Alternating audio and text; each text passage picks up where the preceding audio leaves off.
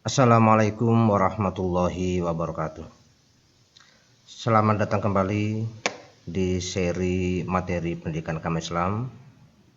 Dalam hal ini yang akan kita bahas adalah sholat jamak dan sholat qashar.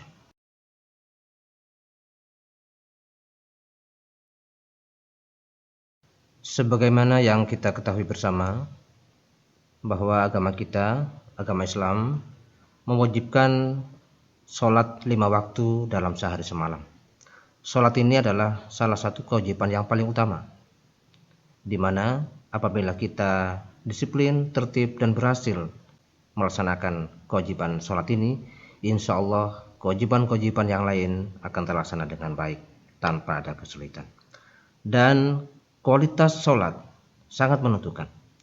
Apabila sholat yang kita laksanakan kualitasnya baik, maka insya Allah amalan-amalan yang lain pun kualitasnya akan baik pula.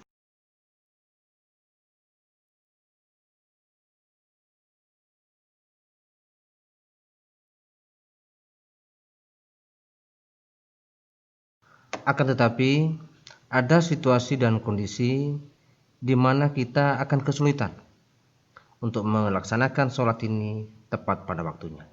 Bahkan nyaris tidak bisa melaksanakan. Satu contoh, ketika sudah masuk waktu sholat duhur, tetapi kita masih dalam perjalanan, misalkan, yang tidak memungkinkan untuk berhenti, misalkan, maka ini kesulitan tersendiri. Atau ketika kita sedang melaksanakan kewajiban survei atau kegiatan yang jauh di dalam hutan, di mana syarat-syarat untuk melaksanakan sholat pada waktu itu tidak memungkinkan, maka ini salah satu kesulitan-kesulitan atau kondisi di mana sholat terkadang tidak dapat dilaksanakan dengan normal.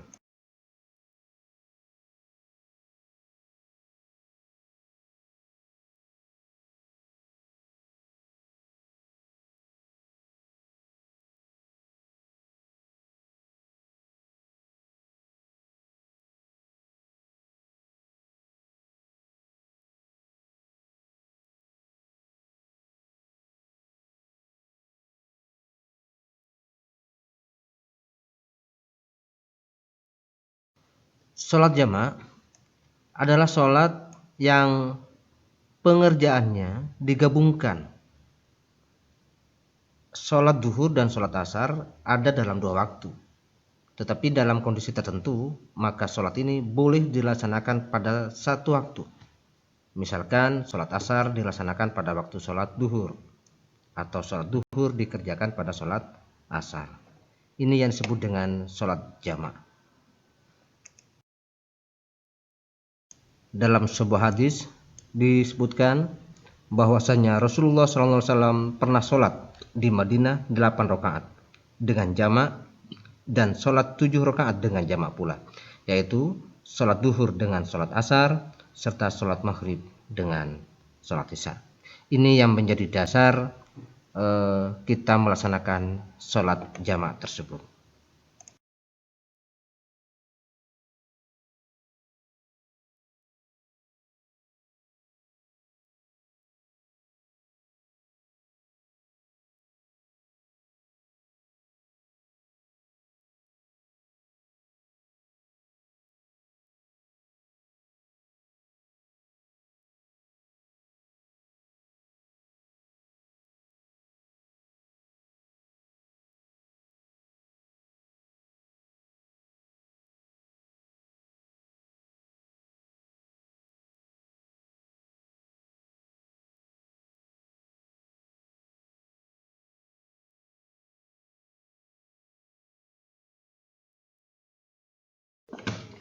Lalu kapan kita dapat melaksanakan sholat jamak dan qashar ini?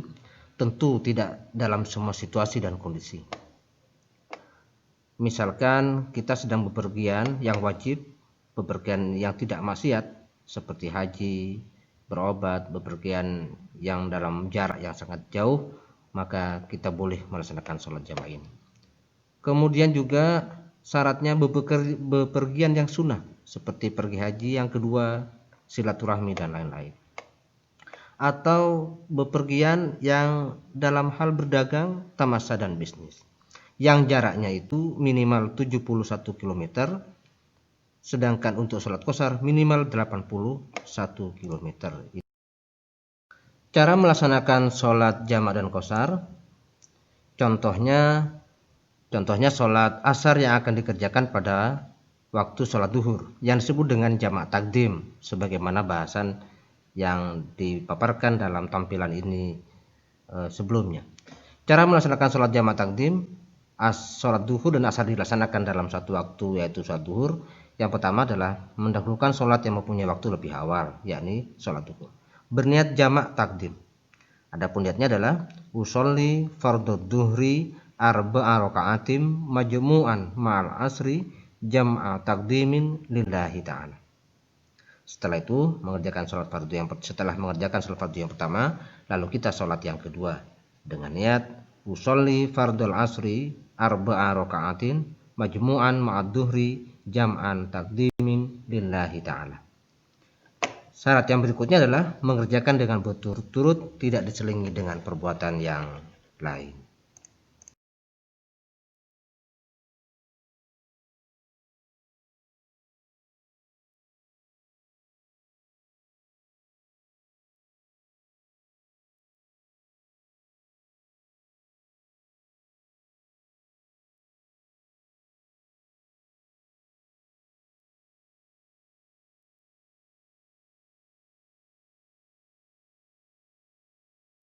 Adapun cara melaksanakan sholat qashar adalah sholat yang 4 rakaat seperti duhur, asar, dan isya diringkas menjadi 2 rakaat, dikerjakan pada waktunya masing-masing. Sedangkan sholat maghrib dan subuh tidak bisa diringkas. Niat sholat qashar adalah usolli fardhu duhri raka'ataini qashran lillahi ta'ala. Saya niat sholat duhur 2 rakaat di qashar karena Allah ta'ala.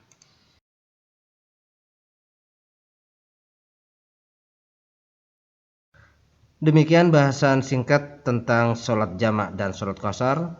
Insya Allah kita akan bertemu di lain waktu dengan materi yang berbeda dan tentu yang lebih lengkap dan lebih sempurna. Wassalamualaikum warahmatullahi wabarakatuh.